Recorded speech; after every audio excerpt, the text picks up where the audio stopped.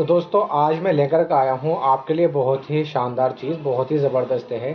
आपने भी काफ़ी सुना होगा, काफ़ी ज़्यादा ये मशहूर है और हर कोई जानता है दोस्तों इस चीज़ के बारे में। तो आखिर नाम क्या है उसका? तो मैं नाम आपको बताता हूँ।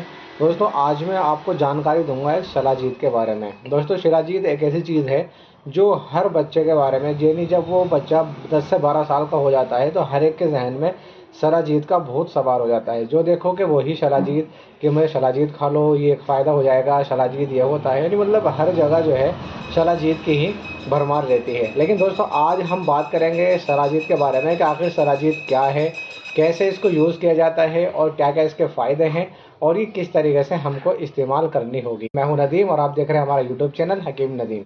दोस्तों जैसे कि मैं आपको दिखा रहा हूँ, ये मेरे पास शिलाजीत है। ये इसके अंदर आप देख सकते हैं ये लिक्विड टाइप में है और इसकी जो है सूखी भी आती है, नहीं डली सी भी आती है। तो ये अब हम बात करते हैं सबसे पहले कि पैदा कैसे होती है। दोस्तों ये पहाड़ जो होते हैं, तो ये पहाड़ों के ज़रिए से निकलती है। यानी जब सख्त गर्मी होती है, कड़ाके की गर्मी होती है, तो जो पहाड़ होते हैं, जो पत्थर होते हैं, तो वहाँ से ये एक गूंद पिघल करके निकलता है और इसको स्टॉक किया जाता है। लेकिन दोस्तों सिर्फ स्टॉक करने से, जमा करने से इसको इस्तेमाल नहीं करते, बल्कि इसको शुद्ध किया जाता है और शुद्ध करने के बाद ये फिर इस्तेमाल में आती है, इसको यूज़ किया जाता है। दोस्तों मेरे पास जो है ये शुद्ध है, ये इस्तेमाल कर सकते हैं, ये इस्तेमाल के हिसाब से बिल्कुल तैयार की गई है। तो आप भी कहीं से भी लें, कहीं से भी इसको ख़रीदें। तो सबसे पहले आपको इसके अंदर ये ध्यान रखना है कि आपको शिलाजीत बिल्कुल शुद्ध लेनी है, यानी कि प्योर लेनी है, तो तब जाकर के आप इसको इस्तेमाल करेंगे। तो हमने जाना कि ये कैसे पैदा होती है। उसके बाद दोस्तों हम बात करते हैं कि ये जो शिलाजीत है इसका मिजाज क्या है। तो ये गर्म खुशक मिजाज है इसका।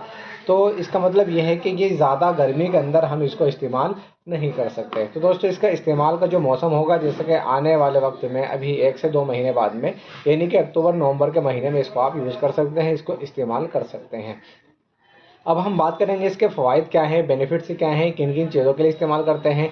बहुत से जो हमारे दोस्त हैं उनके ज़हन में एक बात है कि सिर्फ़ जो है ये कुछ ख़ास मरज़ के अंदर इस्तेमाल की जाती है, जैसे कि क़ुव्वत बाह का मसला, यानी कि जो मर्दाना ताकत होती है इसको बढ़ाने के लिए इसको इस्तेमाल करते हैं, स्टेमिना के लिए इस्तेमाल करते हैं। तो दोस्तों ऐसा बिल्कुल नहीं है। अगर उसके वे भी फ़ायदे हैं, लेकिन इसके अलावा आप जनरल जो मरज़ हैं उनके अंदर भी इसको इस्तेमाल कर सकते हैं। तो दोस्तों जैसा कि अगर किसी को डायबिटीज़ की परेशानी है, शुगर की परेशानी है, तो शुगर के मरीज़ भी इसको इस्तेमाल करेंगे तो उसमें भी फ़ायदा होगा।